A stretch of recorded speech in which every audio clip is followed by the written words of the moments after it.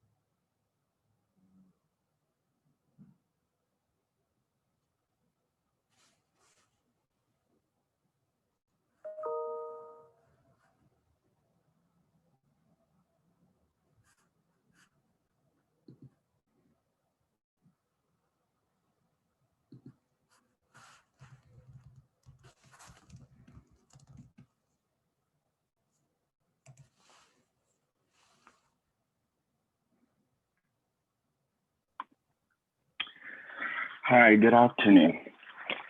Welcome to the seventh installment of our seminar series as part of the Stimulate the Vote initiative here at Johns Hopkins. And so today's seminar is on science and democracy.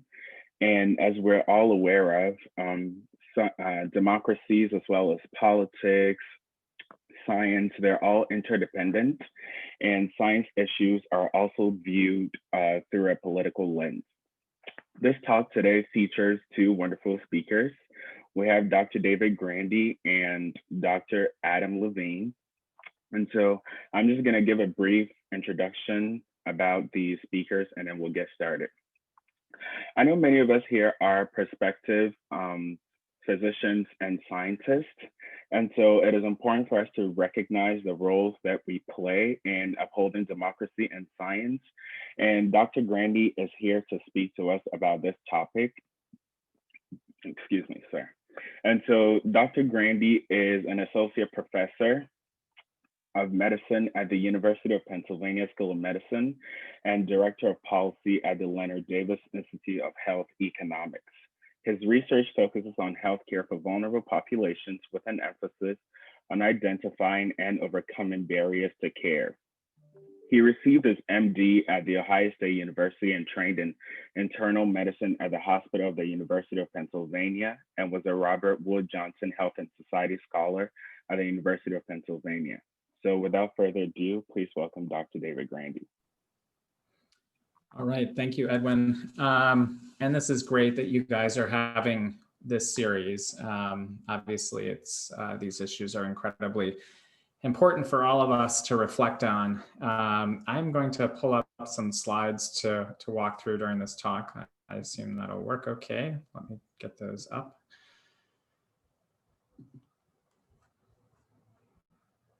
All right. Edwin, can you give me a thumbs up if you see the slides okay?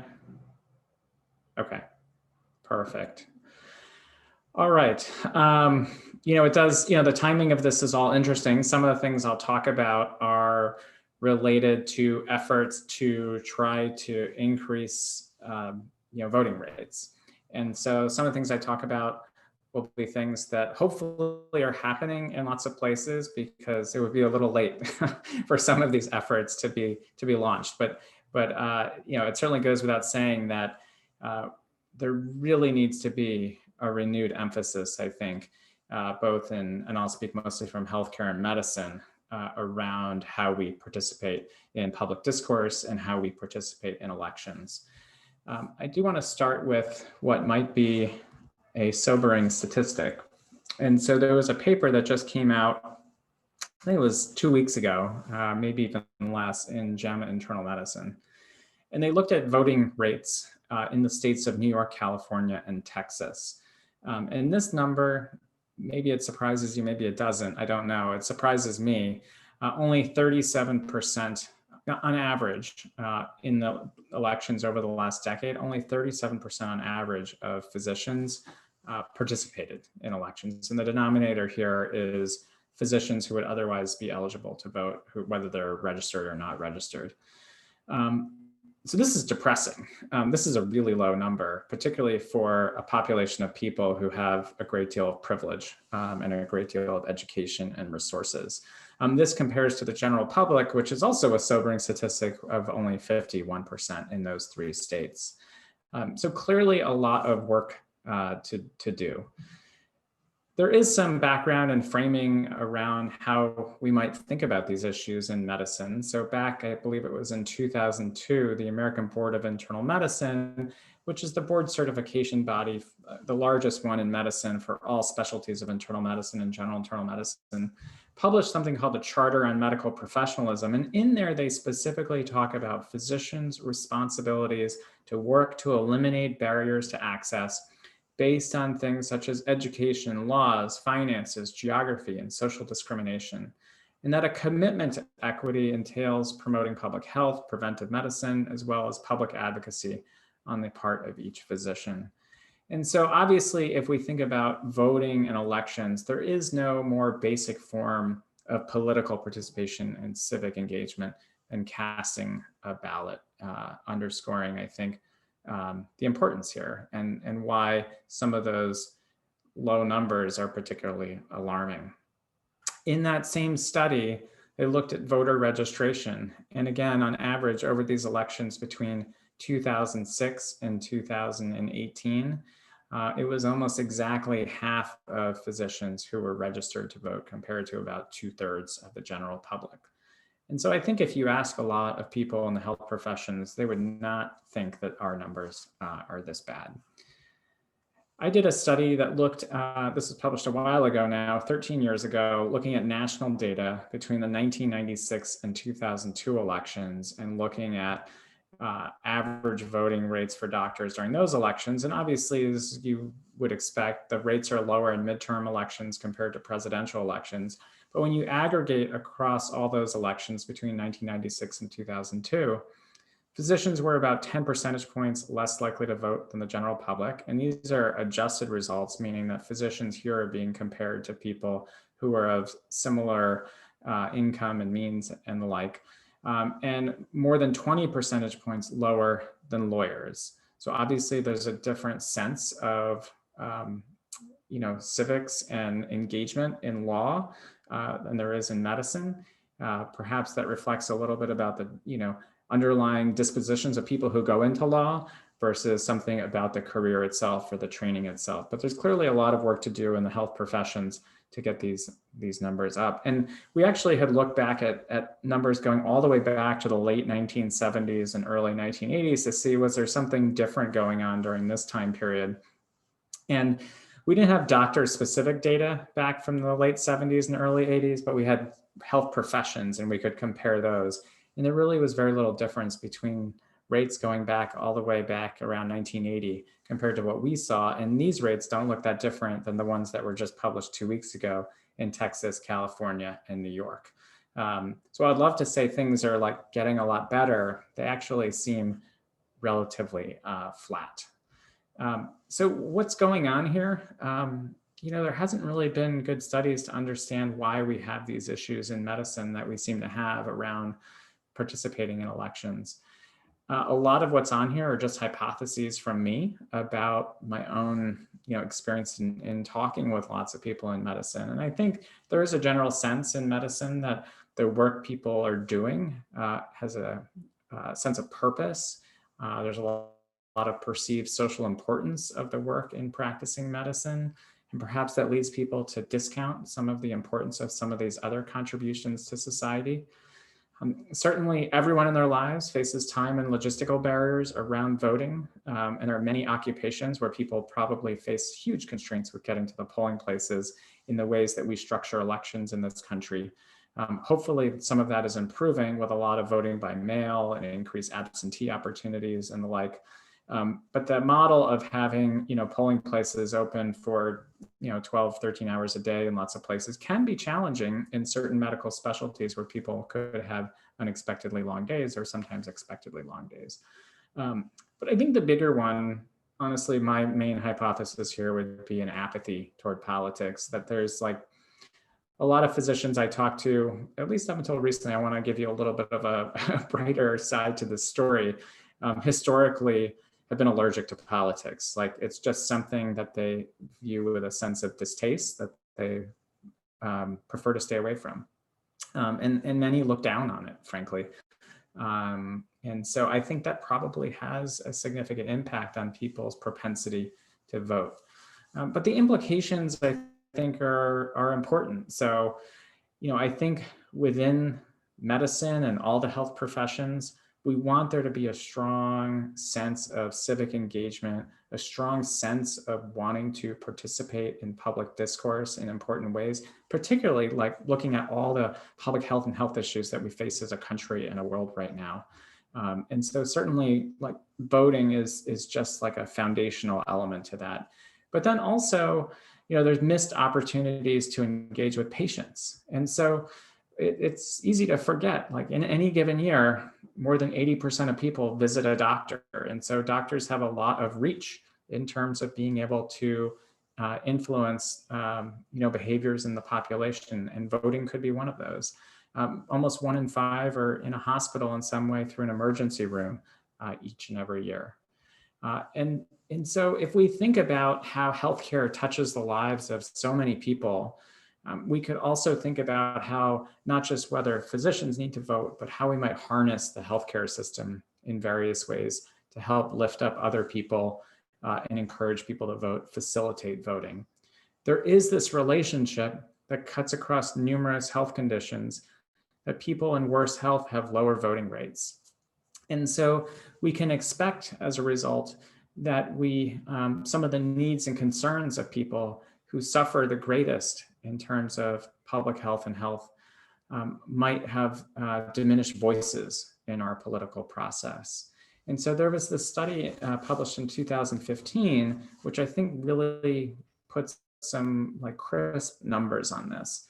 So between 1970 and 2004, from racial inequities around premature mortality in our country, there were 2.7 million excess Black deaths in the country.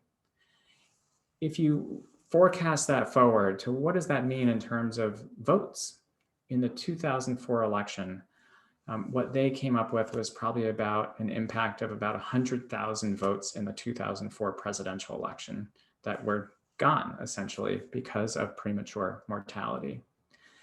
And they also went on to say that when they made these forecasts in terms of what it meant for electoral outcomes, that it would have likely impacted 7 Senate races and 1 gubernatorial race. So these is like, the way we think about health and its impact on political participation and the impact on what that means around the composition of government. We often don't think about how this all plays out. But I think it has very profound impacts on overall representation in our government. As I said, medicine has historically not weighted very heavily into elections and politics. And this is an editorial that was published in the New England Journal of Medicine just a few weeks ago. You would have never read something like this in the New England Journal of Medicine any other time period that I can recall. And just look at the title of this article, and it comes from the editors of the journal, Dying in a Leadership Vacuum. And they talk about, here's a quote in there, "Our leaders have largely claimed immunity for their actions, but this election gives us the power to render judgment. Reasonable people will certainly disagree about the many political positions taken by candidates, but truth is neither liberal nor conservative, and when it comes to the response to the largest public health crisis of our time, our current political leaders have demonstrated they are dangerously incompetent." And so what we're starting to see, and I hope we will see, is a rejuvenation of this idea that it is important to engage in politics and elections, as health professionals, and clearly in this group, thinking more broadly as scientists. There are many new campaigns happening in healthcare These are a few examples. Med Out the Vote is an effort led by medical students trying to get doctors and medical students registered to vote, participating in elections. Vote ER is an effort that has been happening in hospitals to help patients get registered and vote, as is Vote Health, which you see here on the screen. There are, not a lot of good evidence about how successful these efforts are. Many of them are relatively new. This is data back from, I believe this was the 2012 election time period. It was published in 2014 of a federally qualified health center with multiple locations running voter registration drives within clinical settings. They approached 304 people. They found 128 eligible and not registered voters, and almost every single one of them registered to vote. They don't know if they ultimately voted or not, but you can see that the healthcare system has the potential to have a lot of reach. And again, if we were to, it's not that physicians and health professionals represent some enormous voting bloc, but my sense of this is like an entry to all of this is to vote yourself, right? And then the next part of that is buying into the idea that we have a responsibility to help others vote as well, in addition to speaking out on important issues in health and public health policy. So where I work is Penn Medicine, and we have this thing called Penn Medicine Votes. Again, never saw stuff like this before. I've been at Penn for a long time. And so I want to give you hope that there are things like everybody's waking up, I think. And I hope all of you are waking up as well to the need to engage. I do want to show you, I think I have just another minute or two, just a quick excerpt of a video that's actually circulating in Penn Medicine now. Again, to give you hope, because none of this stuff was happening in hospitals before. So let's see if this works. And Edwin, you give me a little thumbs up if you hear the audio okay. Why do you vote? Why do you vote? Why do you vote? Why do you vote?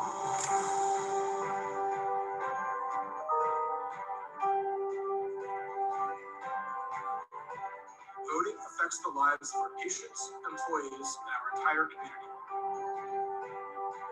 This year, the pandemic is making it harder than usual to register and vote safely, especially for people with chronic medical conditions or compromised immune systems. That's why we partnered with Vote ER, a national, nonpartisan organization, to create a dedicated website that helps Penn patients and employees register to vote and learn how and where to vote, including how to obtain mail-in ballots no matter where they live. We've made it really easy for you to help your patients and colleagues vote. Over 3,000 patients and employees have already registered or requested mail-in ballots. You can wear a Penn Med Votes pin, which will prompt patients to ask about voting and provides easy texting information. Patients can also access the site using their smartphones by scanning QR codes available on posters, badge backers, or even your phone's background image. Please help us publicize these efforts by placing posters on your units or in your practices. Or even downloading a Penn Med Votes background to use in virtual meetings. Perfect. All of these. So I'll stop it there. I won't make you watch the whole thing, but I just want to underscore the point that, so if I were to tell my own story, probably about 12, 13 years ago, I asked about doing voter registration efforts in our primary care clinics at Penn. And the answer wasn't no, but it was like a complicated question. It was like, well, I think so. I'm not sure. Do we want to do that? And it was like the nature of the discussion was, that this was like political, complicated. Is it okay to do, not okay to do? And in the end, the answer was yes. But this is a very different tone and tenor to this conversation that you're hearing in healthcare, that you're hearing from doctors, nurses, social workers, everyone involved in healthcare. One of the people on that video is the CEO of the Penn Medicine Health System. Obviously, I think you all know that Pennsylvania is a very important state in the presidential election. And so, I want to just offer a message of hope to say that I think people are waking up in the health professions to the idea that this is very important for us to engage in. I think people are waking up to these ideas in science more broadly, which I know why all of you are participating in this program. And so, I think there's reasons to be optimistic. I think the election's next Tuesday. So obviously you won't be launching new programs, but now is the time to reach out to as many people as you know, because nothing impacts people's propensity to vote more than personal touches and personal outreach, reminding people to do so. So thank you, Edwin, for organizing. I'll stop talking, and then I'll stay on for Q&A later. Okay, thank you, Dr. Grandy. And I think it's interesting because the first time that I read your paper, it was staggering to see that physicians typically don't vote. But then if you think about it, as you said, they're privileged people. So these issues may not necessarily affect them, because I know if I vote, I know I'm voting for, healthcare, like, I'm voting for an issue that specifically may affect me. So it was definitely interesting to read about that. But we do have some questions for you. And the first question is, this person works at Penn Med, by the way. The person says, I work on a social media marketing team at Penn Medicine. What advice do you have regarding ethical marketing in healthcare? Oh, that's a different question. So I guess I'm confused about the question. So unrelated to voting and elections, that's just a broader question? Yeah, I think the person's from Penn Med, so I decided to ask you that question. Okay. I don't know. I would say it's almost like a little beyond the scope. It's a much longer conversation, I think, as it relates to how to think about marketing and healthcare. I think in the context of this discussion, I think that, utilizing social media within health systems to work on this effort is particularly important to encourage all of our patients to get out there and vote. And the second question is, why do you think that intersection of science and democracy is more important now in the past decade? Which,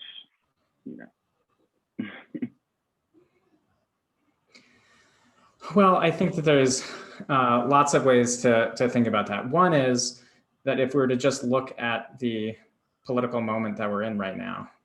Am I frozen, Edwin? No. Can you hear me? You're not.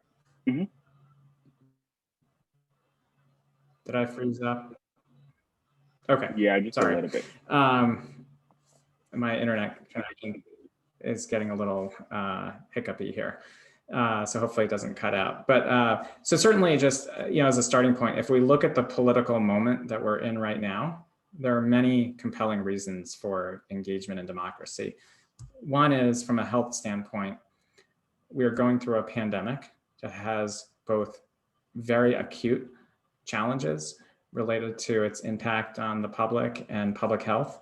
But then the fallout from the pandemic is something that's going to be long lasting. The economic impact and what it means for long-term health is enormous. And so, I think in that regard, we have seen the pandemic turned into a political fight in ways I never would have imagined back in the spring when all of this started. And so obviously having science and public health engaged in our political discourse is incredibly important.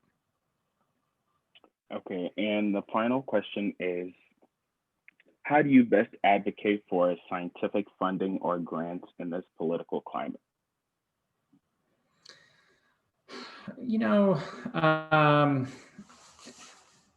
I think that by and large so far, at least my own observation has been, at least with respect to federal funding, that maybe there's two elements to this question. One is, like, are we worried about political interference in grant funding decisions?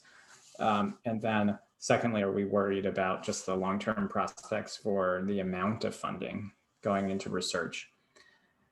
So far, there hasn't been, at least in my own personal experience, a lot of evidence of political interference making its way all the way into, the world I live in is mostly the NIH world. I know there are other federal funding mechanisms as well, but that process still seems to be working reasonably well. I think the bigger question is what happens to the federal budget going forward as we crawl out of this pandemic and knowing that there's going to be this enormous budget deficit going forward.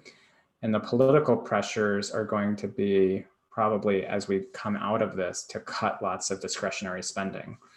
And so I think it means it'll be incumbent on the science community to make people aware of why, cutting off investments in this area is not a good long-term strategy for the country.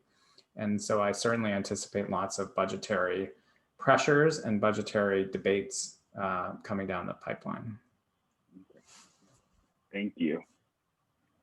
So our second speaker is Dr. Adam Levine, and he'll talk to us about how scientists can communicate credibly to different kinds of non-scientific audiences and why engaging with non-scientific audiences is a good idea, and finally, how to engage STEM audiences in public affairs.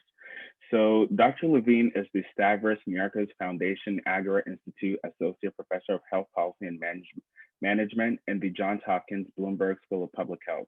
His interested research questions include when ordinary citizens become engaged in civic and political life, and with what impact. He's also the president and co-founder of Research for Impact, a nonprofit that fosters meaningful collaborations between researchers, practitioners, and policymakers. So welcome, Dr. Adam Levine. Great. Well, thanks for having me. Hello, everybody. I'm really excited to be here. And let me just sort of just add a slight biographical note, two notes, actually. One is sort of, if you don't know the Agora Institute on campus, it's relatively new, but it's an institute that's working to strengthen global democracy and the key role that civic engagement plays in that. And I actually just joined Johns Hopkins just this fall. I was at Cornell for 9 years in the political science department there and just moved to Johns Hopkins, which is great. I don't necessarily recommend moving in a pandemic, but now we're a little bit more settled and it's great to be in Baltimore. Anyway, and so me and a couple other folks, and we're hiring more, but Agora Institute is really doing a whole bunch of new, of exciting new programming. And so if you don't know about us, please check us out. Okay. On to the stuff for today. Oh, I should also say that like the class I'm teaching this semester, this is for undergrads. I actually don't think there are too many undergrads who might be watching right now, but maybe they'll be motivated to watch the recording later on. Anyway, I teach a class called Science and Democracy, like literally 4 undergraduates this semester, and it's a fantastic class and the students are fantastic. And so if you know undergraduates it's almost entirely STEM students actually who are in it. There are very few social science students.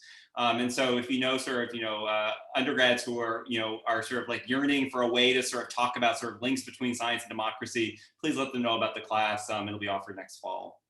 Okay, so onto the topic for right now. Okay, so what I want to do is sort of talk about sort of the value of public engagement and strategies for how to do it. And the talk actually like follows from Dr. Grande's like really, really nicely. And so I'm actually going to focus, my plan was to focus less on voting per se, which is great because he already did that. And I'm going to start focusing a bit more about how to be engaged in between elections and then also actually in the run up to elections. And so literally like my hope is basically that like by the time we end at 1 o'clock, like all of you listening to this can basically take some of the things that I'm talking about and like you can do that this weekend, or if not this weekend, you could do it, after November 3rd. Okay. First of all, why should scientists be engaged in public affairs? And I think the basic answer to this is because you have a lot to say. Like whether you realize it or not, like you all have like a lot to say, and your perspective is important.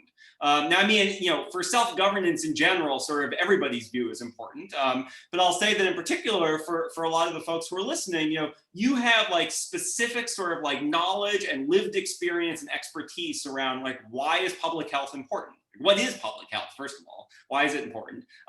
Why are masks important, right?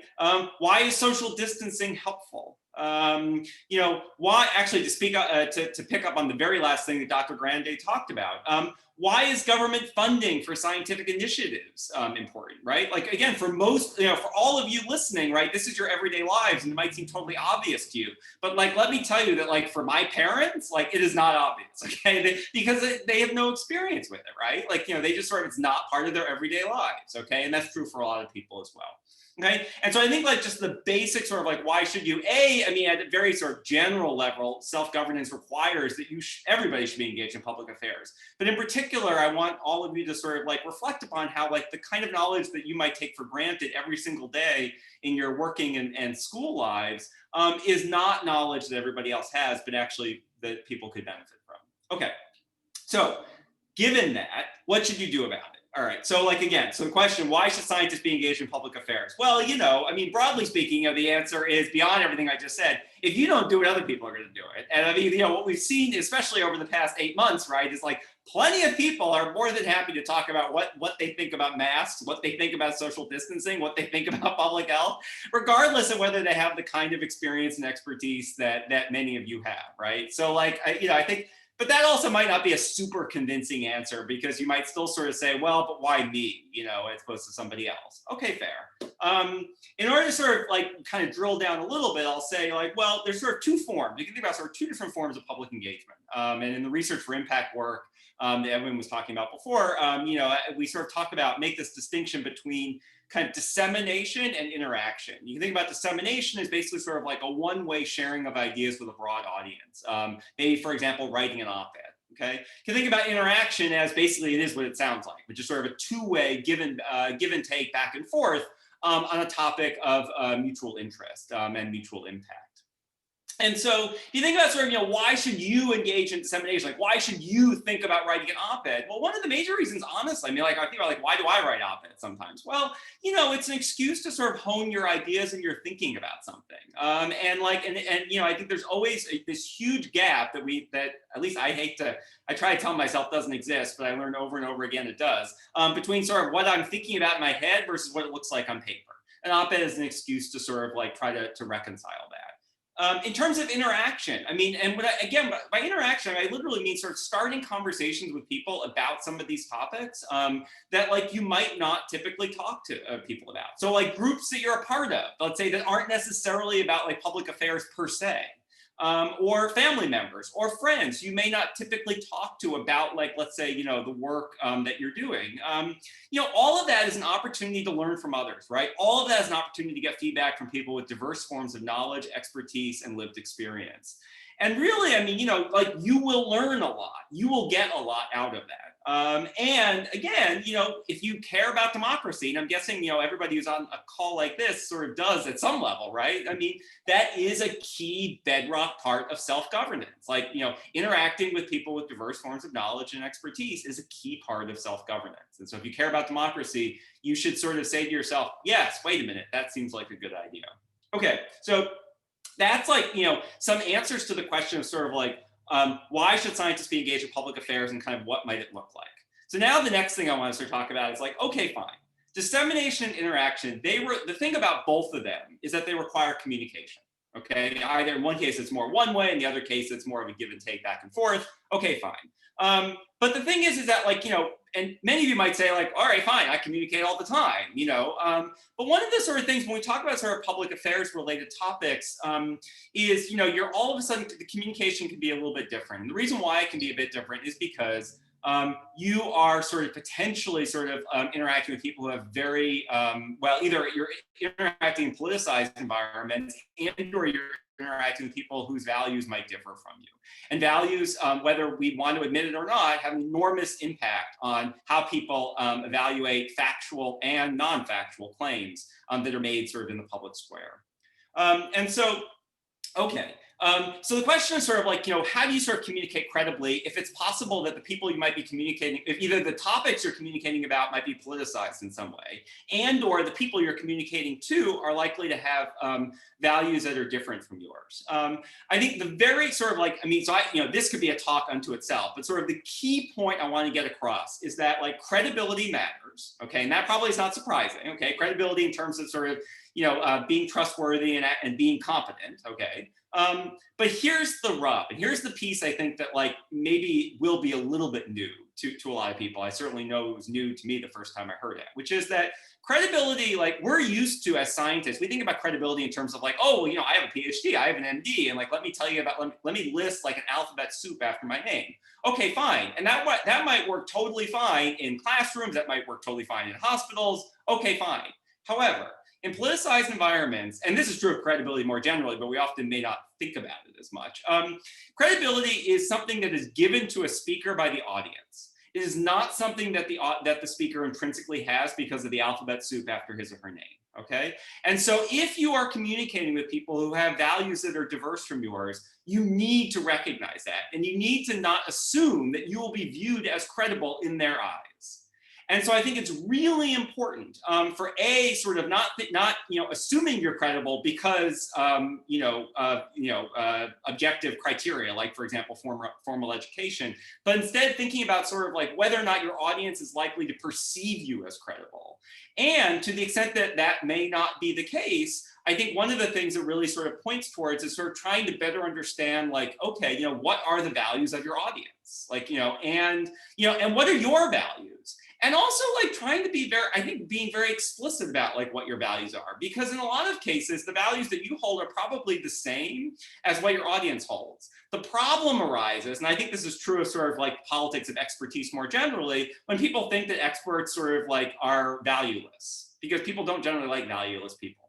And so the alternative is that you can be explicit about it. Okay, so the last piece I want to talk about is this sort of key premise. So now I sort of talked about sort of like why should scientists be engaged in public affairs, okay? And sort of the two major ways of doing it, so dissemination, interaction. Then sort of acknowledging that both of them require communication in which you have to be perceived as credible. And so hopefully I've sort of slightly, complicated like kind of traditional notions of credibility and how it is an attribute of the audience. And so the last thing I think is to sort of talk a little bit about kind of, why doesn't public engagement sort of happen naturally? Like, why is it basically that like we need Edwin to like be hosting this seminar right now, as opposed to basically a situation where essentially everything I'm telling you and everything that Dr. Grande told you, like you already know. Like why, let's put it this way, I'm gonna go on the presumption you don't know everything that we've told you already, right? Maybe you do, but like, and so, like why is that? Like what's going on there, right? And so I think that like, so a couple of things. One is I think this recognition that like we really do need, and again, all of us, need to be sort of intentional about it. And, it kind of like, I think it's interesting to sort of think about kind of like why that may not come naturally. And there's interesting like history, I think that can inform the answer to that. It's like, if you think about sort of the history of public education in the United States, it used to be the case of sort of civics, teaching people how to be citizens, how to do the kinds of things that I'm sort of talking about, how to like interact with people who might have diverse values from you and things like that. Those kinds of skills, that was like a key part of public education. That was sort of one of the core like foundational premises of public education. But, over time what happened, and not for bad reasons, but just over time what happened is that, we got this kind of growing emphasis on especially STEM related topics. There was, a big boost in that, particularly after Sputnik in the 1950s. There was then sort of in the 2000s, as we kind of moved towards a lot of the kind of more of the examinations, there was a focus on reading and math. And what a lot of that had to do was sort of, nobody would say that civics is not important, but it sort of had, a lot of the trends sort of had this way of kind of squeezing it out. And so you could sort of, like go through school and you could learn a ton about sort of like, very important topics, or like STEM related topics, but like at the same time, sort of not necessarily like learn as much of the foundational democratic skills, to the point where, and I work with a lot of like organizers and civic organizations all the time, many people sort of don't really have a good idea of how to be involved in the public square. They just don't. If I tell people like, oh, why don't you go like, contact your elected representative, your house member, to express some of the concerns that you have, people look at me like I have two heads. Like, you want me to do what? Like, no way, back up the train. This is not happening, right? And it sort of reflects the fact that it is not, at some level, it should be a natural thing to do that. They work for us, but yet it's not. It just isn't. So anyway, and so what I want to do, and I guess like with just, a minute or two remaining here, I think is sort of think about kind of, what to do about that. How do we sort of make it so that like even the kinds of things that I'm talking about earlier, the dissemination, interaction, that comes a little bit more naturally. So I think one thing, and I've seen, and there's some initiatives around this. I don't actually know if this is happening at Hopkins per se, or Penn for that matter, but I know that there are some initiatives around this around the country, which is to sort of try to better connect within the the classroom, particularly within STEM classrooms, to try to sort of better connect the material to public affairs and sort of specifically draw out those connections. Because to be honest, like if they don't happen, like, students may or may not, draw them naturally. And so, but if the professor does it, then all of a sudden, like there's a conversation about it. And so I think that, like, so one thing, like, for those of you who are listening, who might be like leading classes yourselves, you can think about sort of like, how can you build those connections into class very explicitly? And I'm not talking that, you're going to like, completely redo a curriculum here, but like, it's like 5 minutes here, 5 minutes there, so on and so forth, just kind of, drawing out those connections, and also helping to sort of like legitimate that those like, are things that we should be talking about, that, like you should not just be doing problem sets. You should also be sort of thinking about, these other things. And then the other thing, and I want to sort of point out, if you think about sort of like one of the last things that Dr. Grande talked about, right? Like, you want, like there will be funding threats, like, there already are funding threats. There will be more funding threats, right? And so like, that's the kind of thing that like, like making students aware that like those kinds of debates are going on around topics that have to do with things that they care about. They're civil engineers, they have to do with infrastructure. If they're chemical engineers, they have to do with sort of regulation of certain kinds of products, regulatory state matters, et cetera, et cetera, et cetera. Okay. The last thing I want to sort of recognize, and this very much sort of relates to some of the research that I do, which is that this kind of stuff is not always easy, right? And so the kinds of things like I'm talking about it is that like, yes, I need you to go out and like, start these connections with diverse others. And you might sort of say like, okay, fine, yeah. But like, I want to sort of recognize that like, if you hear me say that and you say like, I'd be kind of nervous about doing that. Like, yes, that's fine. I mean, that sort of reflects the fact that I think we don't necessarily have like a ton of practice with it, but like, I think it's totally fine. I think people are nervous about democratic and civic engagement in many cases. Some people are very nervous about the act of voting. I mean, that's sort of the point of voter intimidation, is make people nervous. But I want to sort of just sort of point out that like, I think that's totally natural. And there are some really interesting strategies that can be used to overcome it. I don't have time to talk about them now. I'm happy to sort of talk more about it in Q&A. So anyway, just to sort of sum up, I am like, the point of all of this literally is that like, when we end at 1 o'clock, like my hope is that like some of the people listening can take some of what I'm talking about and like literally put it into practice before 2 o'clock. And so think about sort of how you can sort of disseminate and or interact, start new conversations, go forth and do those activities. And even do them in the next 3 days before election day, and then also think about how to do them afterwards. So anyway, thanks a lot. I'm happy to take any questions that anybody has. All right, thank you, Dr. Levine.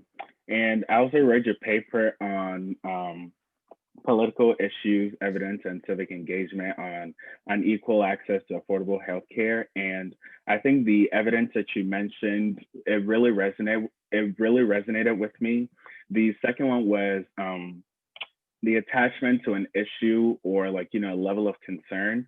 And so again, people are, they're not really connected to like, some of the issues that affect different populations. And so that could also explain why doctors, scientists are not voting. And so I thought that paper also really complemented Dr. Grande's paper. Yeah, it was a good paper. So we have a question in the chat window. I don't know if you guys can see it. It says, Barbara Esgaldo says, we have a very politically engaged provider and patient population at our HIV outpatient clinic. Can you speak more about how you see the nexus of science and democracy? And are we thinking of critical thinking about science as we might about the same in democracy, more specifically education that would foster critical thinking about science for the general population? Who is that question towards? Either one of you, you can answer. Well, I can start. I'm happy to start. And so, yeah, I mean, I think that, like, you know, in terms of the first part of that question, can you speak more about how you see the nexus of science and democracy? The one thing I would sort of say is that I think, like, from my perspective, for too long we thought about that as sort of like these two separate things. And I think that, like, you know, the starting point should not be that they're two separate things that potentially like intersect sometimes, but rather that they are inextricably linked. And part of that is because, you know, scientific issues in general sort of, you know, are have bearing for public policy. But also even the case that, like, that so much sort of science only gets done because of public policy. And what I mean by that is specifically through, like, funding mechanisms. And so you have sort of funders that you need to satisfy, government funders or, you know, foundations or whatever it is. And so anyway, but I do think that, like, you know, that so I think that, you know, Barbara, I think that's, like, you know, that's a really sort of important point. I'm really glad you asked it. And then the second thing about the sort of critical thinking, I think, you know, you're absolutely like, you know, spot on about this. It's sort of, you know, that that, like, part of, you know, because sort of like technical issues are such a critical part of so many public policy debates, science and technology are such critical parts of so much debates, that we really, you know, like, we need to sort of like explicitly sort of teach people how to think about and evaluate, like, scientific information in the same way that we need to, like, give, like, specifically sort of teach people and give people practice sort of like working their sort of democratic muscles. And I mean, you know, and all of this stuff, right? Like, you know, if you don't practice, it withers, just like any muscle. So I think that, you know, you're absolutely right. I could just jump in real quick and say that there's, I think, questions about, like, broad public discourse and how, you know, critical thinking, science, and democracy are related to one another. And then in healthcare in particular, I think there's another element to this, which I alluded to, which is how do you help elevate the voices of politically disenfranchised populations that have struggled to have their voices be heard before? And so the question made me think about that too. I know at Penn, we have a very robust Center for Community Health Workers that runs some fantastic programs in various clinical settings. And our community health workers have been a tremendous voice to bring front and center issues that I think they see and hear from the communities that they're serving. And so healthcare does have this additional element to it where, you know, it's a service profession. So it is involved in the lives on a day-to-day basis of many people. And so there are things that can be done in healthcare to help engage populations and help them and have their voice be heard. Thank you. Anne says, for both speakers, in an ideal world, what distribution of different occupational backgrounds would you like to see in our Congress?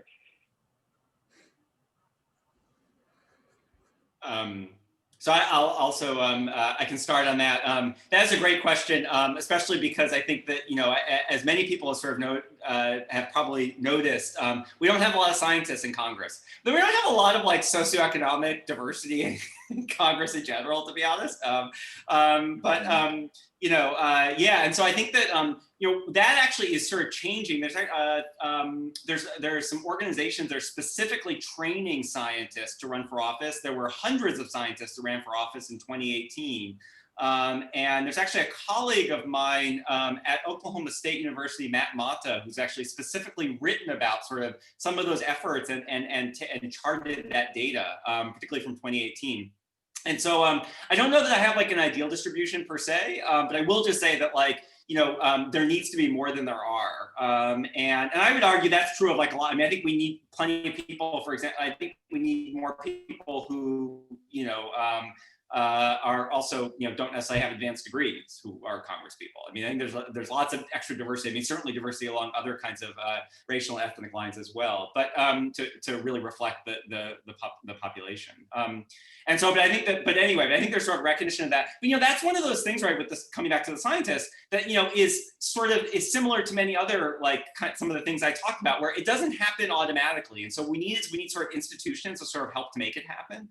And so, like, you know, with my work with Research for Impact, like, you know, we recognize that researchers, practitioners, and policymakers don't naturally collaborate with one another for a variety of reasons. So we try to sort of be the glue that binds. Well, with respect to sort of, scientists running for office, there are specific organizations that basically are sort of helping to train them to sort of, how do you run for office? Because, even though, like many people, the constitutional limits on who can run for office are pretty broad. Like maybe if you've never done it before, it can, feel like the sort of intimidating thing where it's like, I don't really know how I would start. How would I raise the money? Like, what do I need to know, et cetera, et cetera, am I the right person for this, and so on and so forth. And so anyway, so I think that like, that it really is changing. And as I said, there was a huge jump in 2018 in folks running for office and who won even. I would just add that, I think, again, I don't have an answer about the distribution, but we need a lot more diversity in elected office than we certainly have today. And I think one of the things that's important to recognize is even though, like, if you were elected to Congress, you're expected and need to, essentially have views and make decisions about like enormous number of issues, like way more issues than you would have ever had to think about in your life. It's a real challenge, I think, for policymakers. Policymakers specialize too. And so different elected officials have different issues that they tend to focus on. And by way of their training, will sometimes be elevated in their party to be a voice on those issues. We certainly see that in issues around healthcare, where there are people who have medical background or public health background. Having a ability to have more influence than what they would otherwise expect just based on being, one of many in their party. So there is this idea of specialization, I think, in elected office, and we do need more people. And I see Adam just posted about 314 Action. We had a congressional race back, I think in 2018 or 2016, I'm losing track now, of someone in the Philadelphia suburbs who has a science background and has become I think she's involved in that. Shaughnessy Naughton is her name, like very active in this effort to try to recruit scientists to run for office. She didn't win, she came close, but we need people to run. So our next question is, how do we get to the public when politicians stand in a way and tell the public the opposite? Boy, Adam, do you have a good answer for that one? I mean, I think, go for it. Yeah, no, you should go first. Yeah, I do. I don't know if it's good, but I have an answer. Yeah. Yeah. I mean, one of the reasons I think we're having this conversation today is we are facing a crisis around public trust in science, evidence, and information. And so that has, I think Adam talked about credibility, and how do you get credibility with an audience? I honestly think, like, for scientists, you used to get credibility a little bit from your training and letters after your name. And I think that's disappeared to some extent with lots of audiences. And so maybe Adam has some good ideas about how to do that. But I think the challenge has grown substantially as we've moved into a different information environment. We've moved into a different political environment around how people perceive information as fact, not fact, evidence, or opinion, in ways that we've lost some of the validators to some extent of information over time. But Adam actually has like real training in this and has real credibility. I'm just opining, so let's let him answer. Well, that's fine, but that's fine. We'll leave the hospital related matters to you, absolutely.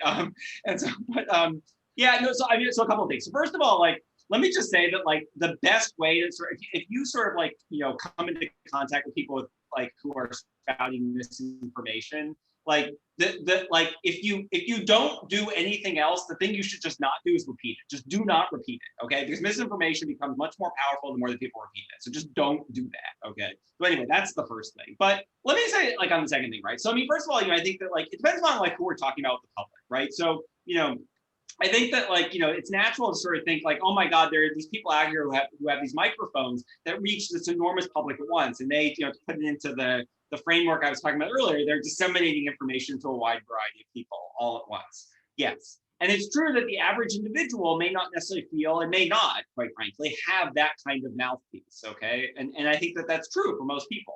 And so I think the first thing to do is sort of disabuse yourself of the notion that in order to be impactful, you have to be speaking to the public in general, because that's just not true and it's not realistic.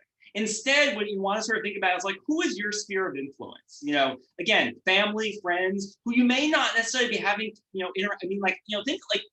think like hard about sort of how many like family and friends have you like had like spoken with about sort of like the science, like public health related science over the past 8 months? You know, or maybe maybe the answer to that is a lot of them. So maybe think about the 8 months before that. And so, you know, and I think that like, so think about sort of, you know, who can you sort of like, you know, have like, who do you already have a relationship with that you can then sort of like, you know, sort of like bring sort of like scientific and other kinds of public health information to like into those relationships. And you should be thinking about it in those terms. Another way to sort of answer the question is basically what I would advocate is sort of, you know, try to adopt the mindset of an organizer. What organizers are trying to do is they're trying to basically go into a place where they may not necessarily know anybody or many people to begin with, and they just start building relationships with people. And then they try to empower other people to build relationships with others. And then those kinds of relationships can basically sort of spiral out like a snowflake. There is actually a thing called the snowflake model in kind of organizing. And my colleague at the Agora Institute, Hari Han, has written quite a bit about that. And so like, you know, if you adopt that mindset, then all of a sudden, like, it's not that you need to sort of have this enormous sort of like, you know, microphone that's going to reach like, you know, everybody like, you know, across the land all at once, but rather you're going to sort of focus on a few people and those relationships you had, leveraging them, but also and deepening them and whatnot, bringing new kinds of topics into them, but then also sort of encouraging them to go do the same thing. And I think then like, you know, you can watch your voice become like way more powerful than you ever might have imagined. Thank you. And I think the last question pretty much you guys have answered extensively. It says, how can scientists, policymakers work together to alleviate public distrust of science and evidence?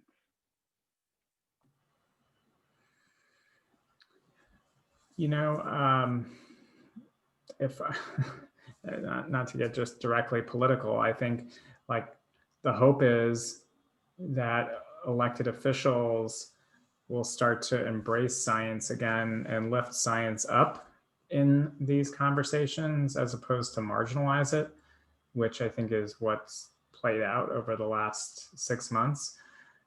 It's been very difficult to see how public health as a profession is becoming politicized and marginalized in ways that, again, I think if you had asked me at the beginning of the pandemic, I would have said, oh, this will be what makes people galvanize around public health and understand its value and importance. But there's like, you know, a direct red-blue divide about public health. So they say elections have consequences. And so my hope is that we have leadership that embraces science. And I think that would be an important first step.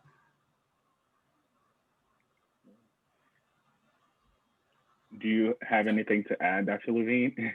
No, I think that's great. I think that I do want to sort of, kind of reiterate the point that, like, I think there was sort of this, hope at the beginning that we would be able to sort of maintain consensus about the need to listen to scientists, while also acknowledging that, like, things were unfolding and things were uncertain and whatnot, but, and sort of having that be part of the accepted sort of and legitimized message, and it really, it wasn't.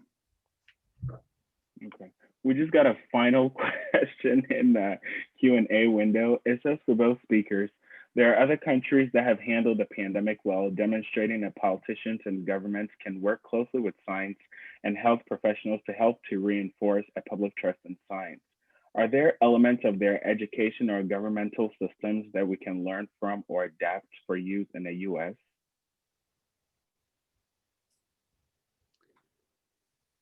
Yeah, I'm going to actually see if Adam has something here. I mean, my sense is that certainly we see on the healthcare side more embracing of technical expertise in various branches of or agencies in government.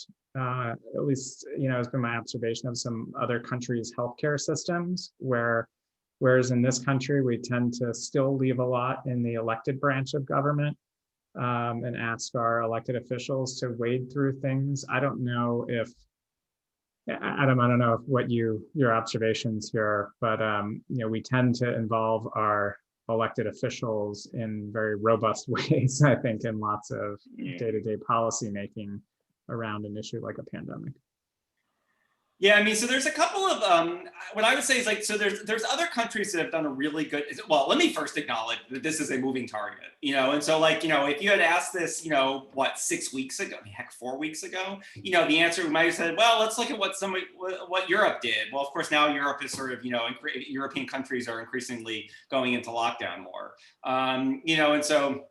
I think that it is, I have not seen anybody who sort of at this point is sort of willing to sort of make any definitive statements about certain countries doing better than others. I will say there's certain elements that sort of seem to be, associated with sort of lower rates of contracting the virus, lower rates of death, ability to sort of open up, so less impact on economic production and things like that. And that seems to be related to sort of having consistent messaging from the top. So strong leadership. I mean, leadership seems to be the kind of, tie that binds for a lot of these things. Also though, I mean, it's true that and so that you sort of see in for example, British Columbia and Canada had been very successful in that respect. But Canada though, like the U.S., there's variation kind of depending on which sort of province or state you're talking about.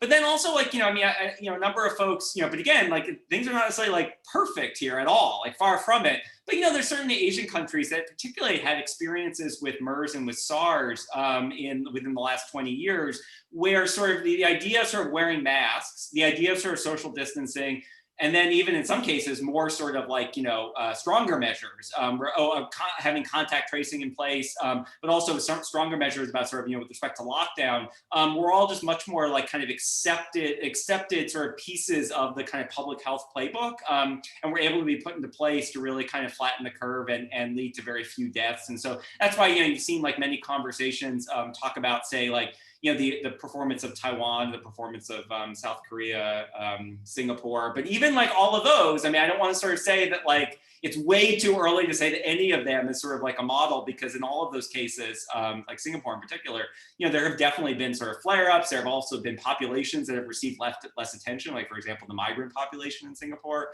And so I don't think we don't want to put anybody up on a pedestal too much at this point. But I think it's it's a great question to be thinking about. The other thing, by the way, and I realize it's 1:04, but I will just sort of say that one of the things that's especially tragic about the United States is that we have literally a pandemic playbook. George W. Bush's administration created it in 2000 and something or other, 4 or 5, I forget.